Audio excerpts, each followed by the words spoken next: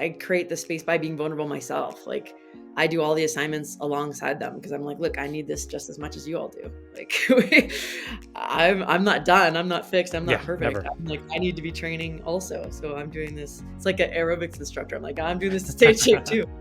And so I said, I come in, we start off the day with highs and lows, and I'll share like, I lost my temper at my kids again, and like I'm still struggling with this, and I don't know what to do, and I'm disappointed because my flight just got delayed, and so we talk authentically and vulnerable. I mean, my book is called The New Right Stuff, and the old right stuff was being smart and being tough and being able to endure anything. And I say the new right stuff is being authentic and vulnerable, and inspiring. Hello and welcome to the Making Better podcast, where we talk about how to make ourselves, our teams, and our organizations better. Whether you are a leader, a learning and development professional, or a technical trainer, this show will give you actionable insights to help improve your own performance and the performance of those around you. Today, our guest is Lorettaa Hidalgo Whitesides. This is a really special conversation for me because Loretta is a dear friend from the space community. She's had an amazing career and life spanning all parts of the space industry, from working at NASA and the X Prize Foundation to being a founder astronaut at Virgin Galactic. She is the co creator of Yuri's Night, a world space party celebrated in over 200 cities in honor of the first human to launch into space. Loretta has pioneered her Space Kind leadership training courses for space professionals to help them get in touch with their real mission, overcome imposter syndrome, and let go of resentment and frustration that is costing them their effectiveness and fulfillment, something that she expands on in her book, The New Right Stuff. In this episode, we get into how important it is for us to develop ourselves as human beings, how we can't achieve our way out of this, and what it takes to create impactful and emotional training engagements. A word of warning, we do briefly talk about suicide in this episode. And with that, let's get into it. Loretta, we haven't chatted in quite a while, but we've known each other for years. And you had me over for a really great group dinner years ago. We both share this incredible, like kind of lifelong passion for space. How did you first get involved in space? Where does that passion come from for you? Sometimes we joke that I was just born that way, because I've had this as long as I can remember. So first memory, kindergarten, I can remember sitting in the classroom, the teacher putting the Apollo astronaut on the billboard on the bulletin board, and she said, if you could learn all your alphabet, you could get your school picture in the faceplate of the astronaut. And I just remember at like 5, just being like, oh man, I got to do that. I better learn my alphabet. So, already at 5, that was there. So I think it could have had to do with a little bit of Star Wars influence. And also Okay. we did a trip to the Kennedy Space Center when I was 5. And I don't really remember the trip, although there's pictures of me on the lunar rover holding on my space books, all excited. Nice. So I'm guessing that was one of those sort of really, one of the foundational moments Yeah. the Core memory. impressionable age that shaped me. So it Yeah. worked. It worked, absolutely, yeah. Yeah, there's nothing like when you have those experiences going to some of these places and standing next to the hardware, it is different. It really is it's a life it can be a life-changing experience for sure. But I do think a lot of people have that experience, or start there, but you've really moved a lot closer to that. So, we were just chatting before the episode. You're in line for going up on a Virgin Galactic flight. It looks like it's been pushed back a little bit now. For anybody that hasn't followed space flight a lot, what is Virgin Galactic, and kind of how are you involved there? So Virgin Galactic is Richard Branson's space tourism company. They founded in 2004 when the Ansari X Prize was won by Britt Rattan and Scaled Composites. And basically, they have an airplane that has a rocket attached to the bottom of it, and they take off on a runway, fly up to 50,000 feet, drop the rocket, light the rocket motor. We go up to space just for a couple minutes, look at the curvature of the earth, the blackness of space, float around weightless, and just take in be the longest 3.5 minutes of your life. Yeah. Yeah. And, just being bowled over by what the incredible planet we get to live on. We're so lucky. This Yeah. is by far the coolest planet we found yet. And Yes. then, come back and land, on the runway like a glider, kinda like the space shuttle did. So, been excited, bought our tickets. I worked for the X Prize Foundation at the time of that flight, so I was right Nice. there when Virgin Galactic was announced. Um, and we bought our tickets a couple months later. So we've been waiting since April 12th, 2005, for our flights. My husband and I were going to fly together as a honeymoon flight, but we've been married of quite. We've got teenagers now, so um, well, we're going to go. The flight's always. We joke the flight's always 2 years off, and it was sort of funny this week when we got a announcement of a flight delay because it's like, oh, our flight is 2 years off again. This is perfect. We're Always. very comfortable with the flight being 2 years off. That's Yeah. normal. Yeah, it is. I mean, space is hard for sure, as anybody who is in the business will tell you. So, but that's crazy that it's always been perpetually 2 years off. Have you gotten to talk to anybody that's gone up in on a galactic flight yet? Yes. So Yeah. that is what's really so I'm a founder astronaut. So there are, I think there's about 50 of us now. And uh, let's see, I'm number 17. So we've flown 7 of them now. Hmm. Um, and so I'm 10th in line now Nice. on deck circle or whatever. Nice. So as soon as we get, although they'll have some research flights and other flights they may be putting in between. But yes, so I was fortunate. I got to be out in New Mexico, which is where the runway is, where we fly. Our spaceport is in. It's Hmm. gorgeous, by the way. If Hmm. you're a Star Wars person like me, you got to go visit Spaceport Okay. America in New Mexico because it looks like it's straight out of Tatooine. It's a beautiful. It's a perfect place to launch space missions from. So I'm super excited for that. Anyway, I got to be at Spaceport America back in October for let's see, it was Galactic 4, they called it, Okay. which was Ron Rosano, Trevor Beatty, and Namira and Salim, and it was fantastic flight. I'm so grateful I got to be there just to be caught up in the excitement of it all. And Trevor's a dear friend of mine. He's a British, and it was such a treat. I feel so grateful to be able to have been there for his flight. He was so, when a British guy is like at a loss for words and overcome with emotion, Yeah, that it's a big day. that's a big And day. Yeah. they handed the microphone right when he got off the ship, which is cool, kind of like they did with Shatner. Sorry, William Yes. Shatner. I'm speaking a little colloquially from his on Blue Origin 2 years ago. Um, and he was just, to see him like overcome with emotion, talking about like fulfilling a dream and being blown away by what he saw, and that touched me. That's great. And if you follow him on Twitter, I think it's Trevor Beatty is just anyway. If you search Trevor Beatty, you'll probably find him Virgin Galactic. Okay. His tweets have been the best so far. Of it, I mean, he's an ad guy. He's from the advertising world, so he knows how to sling Wow. out. And all of his tweets before and during and after his flight have been amazing. I'm like, can I just hire you to do my tweets?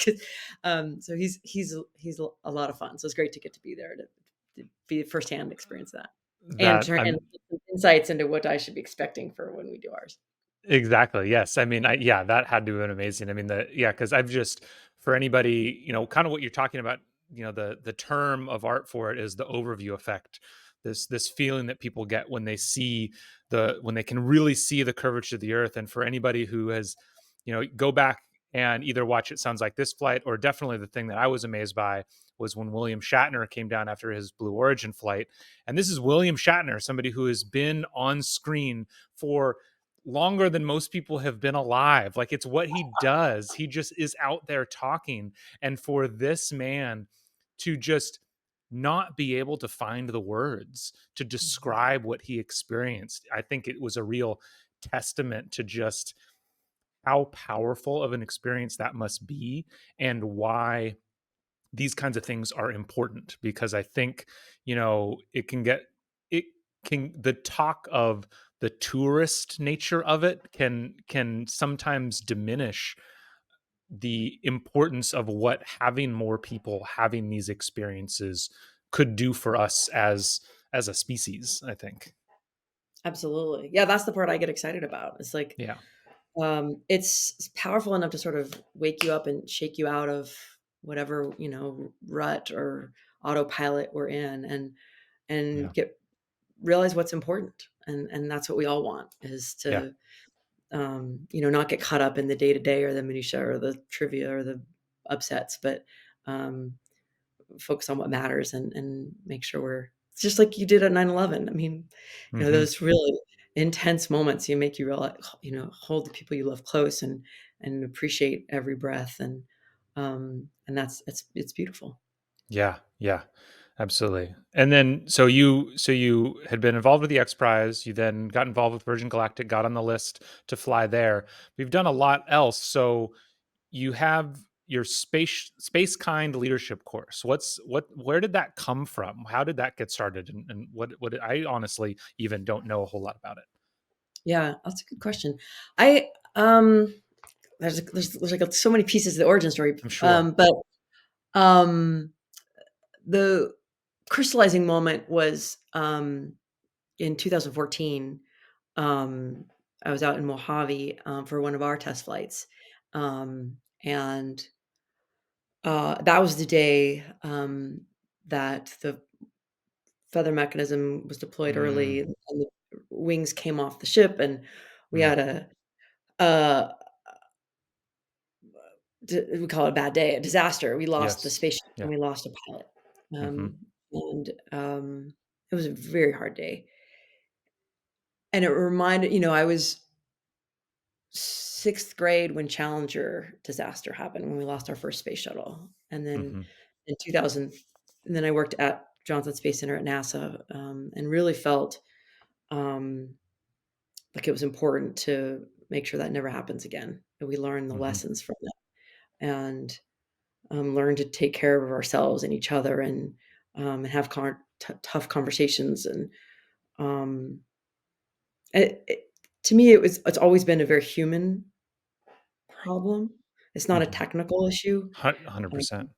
Yes, there was rubber and it was cold, Yeah. um, but rubber cold doesn't equal death, unless Yeah. there's people who are like, "Oh," who are not listening to each other or misrepresenting the information or under pressure and stress from outside forces that give them to make decisions that maybe we shouldn't have. So it's the people that are dealing with the hardware that makes the problem. I mean, you have to deal with both. You also you Yeah. want to make sure your technical things are all lined up well, but you also, I I felt like our industry wasn't putting enough, um, attention on making sure the people side of the equation was being taken care of, Hmm. um, that our egos were being kept in check, that we were, um, healing rifts that are building up between different departments and teams or between individuals. Like, I can't believe he said that to me. Did you hear how he's talking to me in that meeting?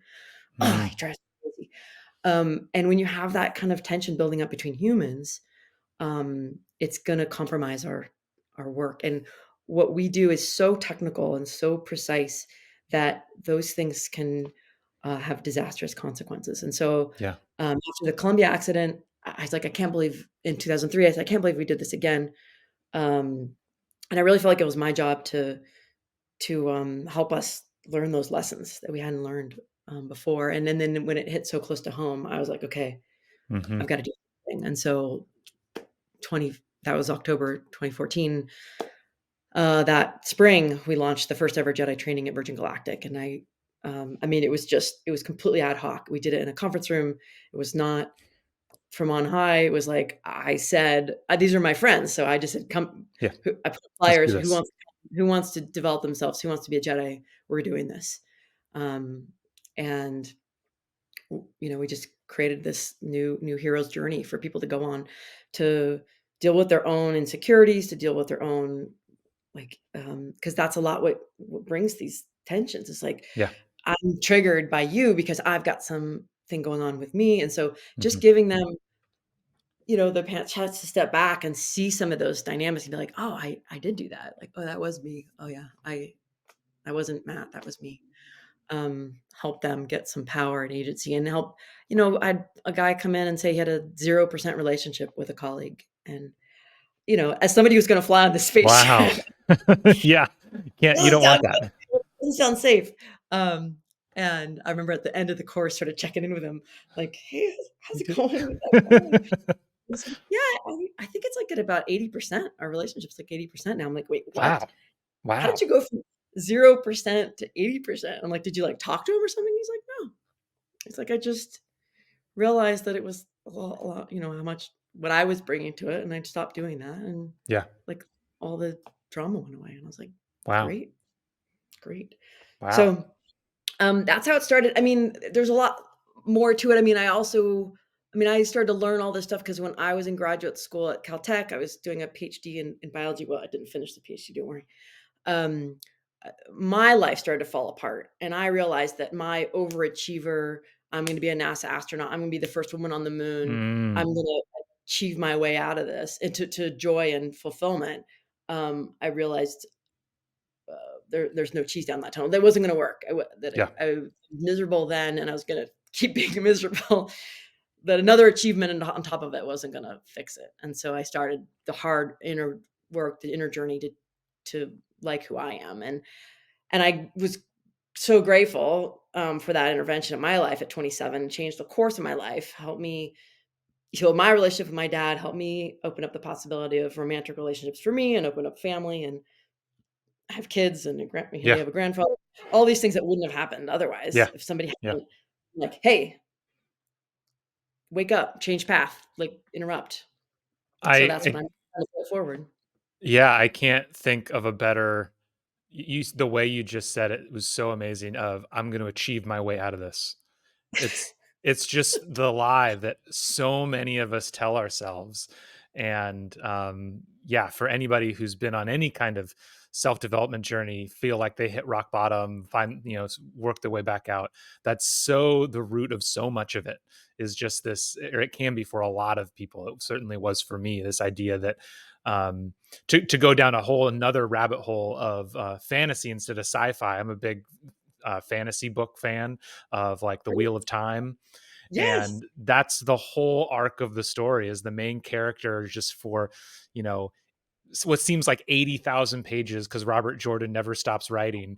Um, he's just all about getting harder and harder, and I have to be harder. And it's not until he has that that it's this arc of so many heroes' journeys of that realization that you have to kind of let go of that ego. Um, it's such an important lesson to learn. Yeah, exactly. I had, an astronaut friend. When I was Mm. working at Johnson Space Center, I was working really closely with the MDs in the astronaut office and became really good friends with Dr. Chuck Brady, and, he was just a delight, just an incredible human being, and I really enjoyed getting to know him and him sharing with me all his journey and going to space and how profound it was for him, and, um 10 he 5 years after I met him, he left the NASA. He retired from NASA as an astronaut, and 5 years after that, he went back to the Navy. Um, he committed suicide, or allegedly committed suicide. There's reports that he died of allegedly self-inflicted wounds. And so that was also a big shake wake up for me. Sort of, and I wanted to be able to tell that story to my community, my industry, and be like, "Hey, anyone else here think Yeah. that getting to space is gonna solve our problems and make us enough?" Yeah. Well, guess what? There's plenty of NASA astronauts, people have been to orbit, people have spent 2 weeks in space, um, that still are not happy or still Hmm. haven't worked through all their own challenges. Hmm. Um, it became really important to me not to stop wanting to go to space or to stop wanting to Mm. build rockets, No. but be like, we gotta do this also, because if Hmm. we wanna really have that Star Wars or Star Trek future for humanity, we have to work on creating the culture and the humans that go Hmm. along with the technology. Our intelligence is progressing a lot faster than our wisdom, and we need to sort of catch it up a bit. Yeah, no, I think that's right. And you see the same thing in, Michael Phelps has done a lot of work with Olympic athletes and trying to bring to light this idea that so many Olympic athletes, right after the Olympics, suffer from major depression and have a lot that they have to go through. And I think a lot of it comes back to this: I'm gonna accomplish my way out of this. I'm gonna succeed my way out of this. I mean, you're touching on, it's such an amazing message to bring to people, and it's a very hard message and potentially vulnerable like you have to be vulnerable to hear it and be in it. I mean, I have so many questions about this, but my first would be, how do you think about creating a space where people can talk about these kinds of things, especially in a world where, we live in a world these days where it very much, it's like, no, I don't want to be uncomfortable. I only want to be around things that reinforce me. How do you create a space where people can embrace that uncomfortableness and talk about these issues?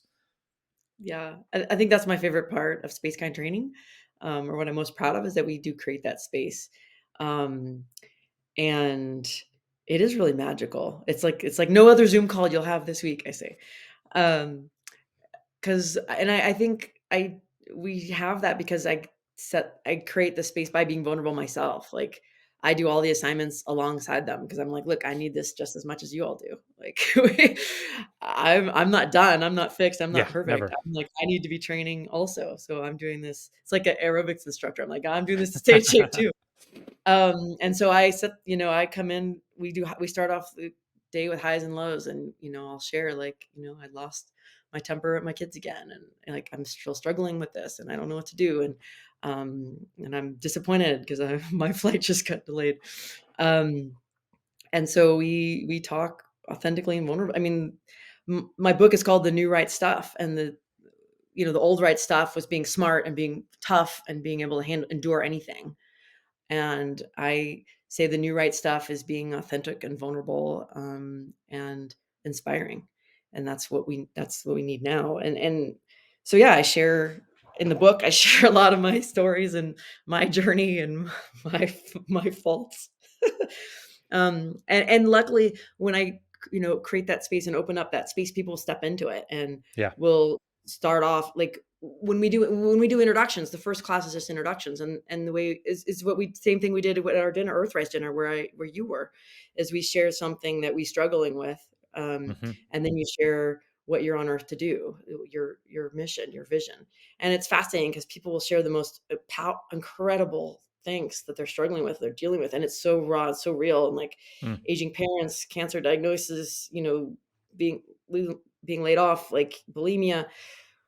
And so everyone's like, "Oh, whoa, this just got real, real fast." Mm. And so because somebody's willing to be courageous like that, it gives other people the space to follow suit. And we create a safe space where you don't have to too. We're like, choose Mm. your I always in every exercise, I always give them a choose your own adventure. I'm like, "Look, if you want the most impactful version of this exercise, when you get in that breakout room with your buddy, you read them exactly what you wrote on in the exercise verbatim. No filter. Just share your Hmm. heart out." And I'm Hmm. like, "If that's too much intense for you, paraphrase." Like, Great. and if that's too much for you, just talk about what it was like writing it. Like, "Wow, that was Yeah. really intense. I can't believe we brought up a lot of stuff for me that I'm still dealing with." So we make a safe space for, we have introverts and Yes. external, Yes. everyone, Yes. different cultures. We have people from all over the world. So making sure it's a safe space for everyone to engage, to choose their own adventure, engage at the level that they're ready to. Yeah.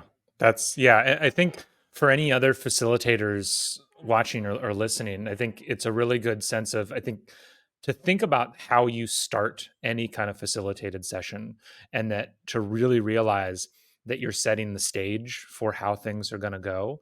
And sometimes it's easy for us to get into kind of a rote system of how we start. We start with the title slide and give an introduction and give the course objectives, and it's just like this standard thing. And of course, then when we're 12 minutes in and we want people to engage, it's difficult to get them to engage because they've already checked. They've already, oh, I've seen this movie before. I know what's happening here, and this is something that I can do while I'm on my phone. Yep. Versus what you just talked about of starting from, like, no, this is what this is about. Like, we're going to start real because this is meant to be real. And then people, oh, like I haven't seen this movie. Okay, I'm going to be here and pay attention and really take part, because I think you're right. It's surprising. I'm constantly surprised, and I'm constantly surprised even if I have some sense of a room of like who I think is going to engage and not engage. I'm never right. It's Yes, always, you never know who's going to be the one that steps forward and sets like a new standard for what participation in this session is going to look like. absolutely. That's great. Yeah. Yeah. So it sounds like there's many components to it. How do you have this mix? Is it, how long is it? There's journaling, like what are the kind of different modalities of how this training works itself out? It's 8 weeks. We meet once a week over Zoom. We do an hour in together, and then we have a 15-minute, like, small group session. So, like, there's about 40 people in the main Zoom, and then Okay. you have a TA and a small group just to make sure everyone gets a chance to speak, Yep. and be heard. Yep. So, the 15 minutes at the end is for the 6 people, so everyone gets to talk, Hmm. basically, Yep. because I don't want nobody's gonna listen for that long, and I don't even No. lecture much. Like, it's mostly Yep. discussion and exercises, because I have a short attention span, which I consider a great gift, because Yeah. when I get bored, I know that they're getting bored, so, Yeah. Yeah. we switch, and I'll, keep it short. And the Awesome. modalities, yes, I mean, I the other trick is I use Star Wars. I mean, I use Mm. Yoda, um, Hmm.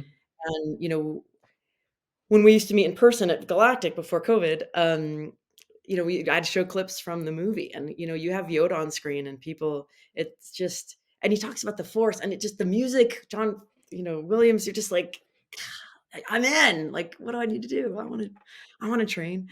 So that's really powerful. We start off with dancing. 1 Nice. minute of dancing just to, get in your body and change gears. And I tell them, if you're not a dancer, just do jumping jacks, like, cool, whatever Yeah. level you can handle. Um, but it's, just to change things up and show them that this isn't normal. This isn't anything you've ever done before. This is a Yeah. totally new journey. Yeah. Um, and yeah, it's a lot of fun. So Very that's how cool. we. Very cool. And so and then I guess the final question I have with it is, you talked about, there's a lot of goals to just kind of make people learn more about themselves, have a little bit of vulnerability. What are you trying to, what's your goal for somebody to get going from the beginning to the end? What's the biggest change that you're hoping to make with them? That they realize that winning isn't the gold medal or the astronaut pin. That winning is loving who you are and Yeah. enjoying every day and having relationships, that you're proud of. Yeah. And then go to space on top of that, you're golden. I'm Yeah. just joking. Yeah, so we give them real assignments. I give them real assignments in their life, challenges, and they don't have, I'm not, it's not a degree granting program, so then they're not gonna get an A, Yeah. although they're Yeah. overachievers, so they're gonna try to get an A anyway, so that helps. But, like, I'll give you an assignment to go upgrade your relationship with your parents. Like, who does Mm, that? Nobody's gonna assign that to you. mm, But mhm, that's mhm. the thing that's really going to help us adult and help us, become who we've always wanted to be and grow up, which is Yeah. what we need to do as a species. And to do it as a species, apparently we have to do it as individuals, There's and not a so pill yet. There's not a it gets really personal. Yeah. We always talk about bringing your whole self to work. If somebody's got a romantic relationship that's rocky, like, that's gonna affect your work. You're gonna be Mhm, distracted, mhm. you're not gonna be doing your best work, as so as a space person, like, I want my team to be whole and complete, not just at work, but Yeah. with their families, with their romantic relationships, with their finances, with their health. Like, if they're overweight and they're gonna go in, they're gonna have to be hospitalized, like, if their health is impacting their cognitive ability or their physical abilities at work, like, all those things impact us. So yeah, so for me, the training isn't like how to deal with your subordinates or how to better handle your Mhm. schedule, like how to make your life work so that you Yeah. can show up powerfully. Yeah. And we kinda skipped over it earlier, just for anybody this for anybody that this feels maybe too touchy feely for something to do at work, or you're into it but you don't think your organization would buy into it. The Challenger and Columbia accidents are, because they were so well reported and had such thorough investigations, they are such tremendous case studies in why this stuff is important for an organization. Because both of those disasters that cost so many lives, yes, there was a technical failure, but it was a technical failure that didn't necessarily need to cost lives. And it Mhm. was the human error, it was the human element that made it so that the technical error cost lives. And it was all about everything exactly that you're talking about. So for anybody out there who's trying to find ways to convince their organizations to do this stuff, or find good intros into explaining to people why this is important, look those up, because they are tremendous stories, and case studies in this stuff. And also retention. Like, I don't know, I Hmm. can't tell you how many times I've heard aerospace companies talking about their retention being Hmm. abysmal and being Hmm. like, "Oh, they're just finding better opportunities at other companies. We can't compete," or they've got, whatever explanation they're coming up with. They're we wanna be close to their family, or they wanna make more money, or they need to move up in their title. No, it's because things got rough with their Yeah. boss, or things got rough with a colleague. There was too Yep. much tension and friction in the human relationships. Yep. 9 times out of 10, that's what causes your Yes. retention issues. Like, "I can't Yep. deal with these people anymore. I'm Yep. out." And we don't have any other skill sets, any other tools we're given to resolve it, and you go to HR, and that never helps. Sorry, HR is the best. Um, uh, but we're not empowering people with the tools to solve those frictions that show up between humans every Yeah. day, everywhere. Yeah. And Yeah. so people just leave. So if you have retention issues, so if you're dealing with management, just be like, look, here, this will help with retention. People aren't Yeah. going to want to leave. And I've had people say, we had somebody leave and then they came back because they're like, oh, we went to somewhere else and it was way worse out there. We want to come back here. We're treated as humans, and they understand how important relationships are and how important it is to take care of the whole human. They're like, we didn't know how rare that was, but you guys are the Yeah. only company that does that. So we're coming back here. It's so funny. Do you know who Gary V is? Gary Vaynerchuk? I don't think so. He's a media personality. He runs a media agency in New York, and so he's really big on, all the social media channels. And he talks about this a lot, because he always talks about how the superpower of business is empathy, and their head of HR is called the chief heart officer. So they're a very, people focused organization. And he says exactly what you mentioned happens all the time. Of He has people, they come in straight out of college, they're working for him, they're working really hard. They think there's some better opportunity. They go elsewhere, and then a year later, they're back. It's like, that place was a disaster. Like, I got to come back to here. So They yeah, know how it's good at it. Yeah. yeah, it's Yeah. incredible what it can do.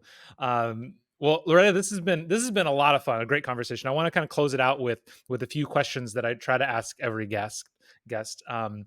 So first off is, what is one book or podcast that you think everyone should read, and why? Michael Singer, book or podcast, but the book I like the best, he's got 3, but I think the best one to, start with is Living Untethered, his 3rd book. Okay. Um, and he's fabulous. He's like a yogi, and he was the CEO of a billion-dollar publicly traded company. So he's like this fabulous guy who's able to traffic in both worlds. He runs the Temple of the Universe now in Central Florida, and he's just Nice. like the wisest American I've encountered. And I was like, wow, that's fantastic. So he breaks down real simple, real easy, accessible, and fun, and always with great space metaphors. So I'm like, you had me at the space metaphors. Yeah. That's excellent. Awesome. Okay. And I think we've been touching on this next question a lot throughout this episode. But what's the one skill that has helped you most be successful throughout your life?